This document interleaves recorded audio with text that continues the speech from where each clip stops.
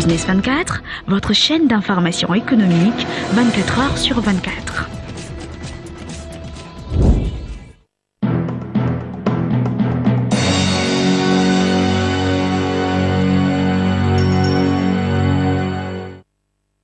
La Banque de l'Habitat de Tunisie avait indiqué très clairement lundi dans un communiqué et en conférence avoir acquis les parts de l'État, soit 51,6% de son confrère ivoirien. Dans un communiqué publié le 22 septembre au matin dans la presse ivoirienne, le comité de privation de Côte d'Ivoire, qui dépend de la primature, précise. Contrairement aux allégations parues dans la presse, l'acquéreur de la participation de l'État n'a pas encore été choisi. Le comité ajoute préparer actuellement la mise en œuvre du processus devant aboutir à cette session. Jeune par Jeune Afrique, la Banque de l'Habitat de Tunisie n'avait pas pour l'instant de réaction officielle, mais une source interne a précisé: c'est une acquisition en cours, c'est la BHCI qui est venue vers nous. Nous avons envoyé une équipe sur place pour diagnostiquer la banque. Nous avons fait une offre qui a été acceptée à la fois par la Côte d'Ivoire et par notre conseil d'administration. Pour cette personne, le démenti du comité de privation a peut-être pour origine un simple timing de communication.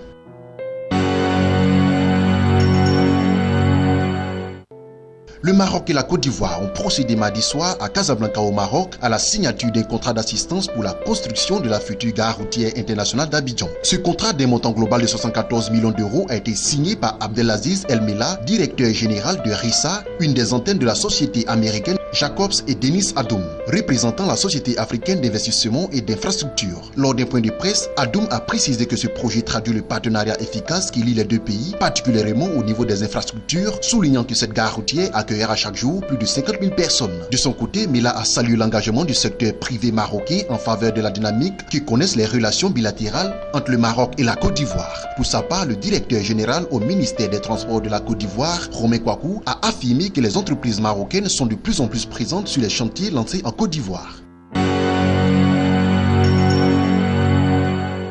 La Direction générale de la Citaraï informe ses clients et partenaires de la reprise totale de circulation ferroviaire sur l'ensemble de la ligne Abidjan-Ouagadougou depuis la matinée du mardi 20 septembre 2016. Le retour à la normale des activités ferroviaires concerne aussi bien le transport de marchandises que celui des voyageurs.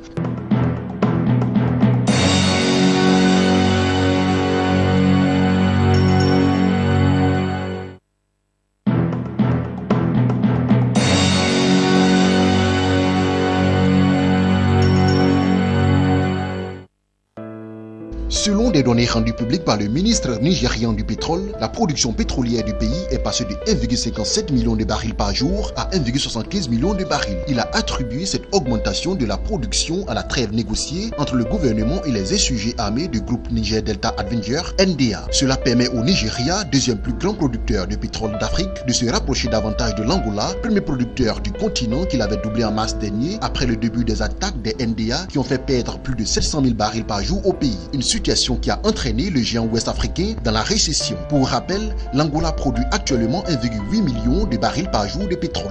Par ailleurs, le ministre a laissé entendre que si cette situation de tranquillité se consolidait, le pays devrait retrouver sa production de 2,2 millions de barils par jour avant la fin de l'année.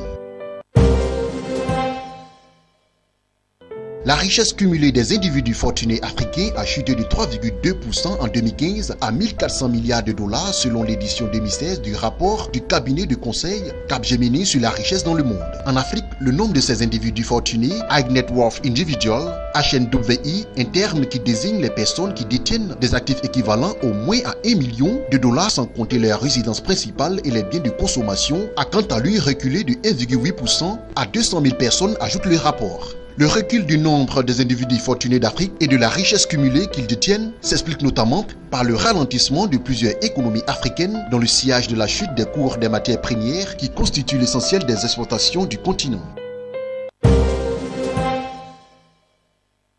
Selon les rapports publiés par la banque panafricaine Ecobank à l'horizon 2020, le Ghana pourrait bousculer la hiérarchie et se classer quatrième plus important producteur de pétrole brut en Afrique subsaharienne avec une production totale de 240 000 barils par jour. Ceci grâce à la mise en production de nouveaux champs en offshore et l'optimisation de la capacité de production de certains autres champs. La production de pétrole brut du Ghana basée sur les champs existants et sur les plans de développement est estimée à plus de 240 000 barils par jour en 2019. Cela pourrait potentiellement faire du Ghana le quatrième plus grand producteur de pétrole en Afrique subsaharienne d'ici 2020, indique le rapport.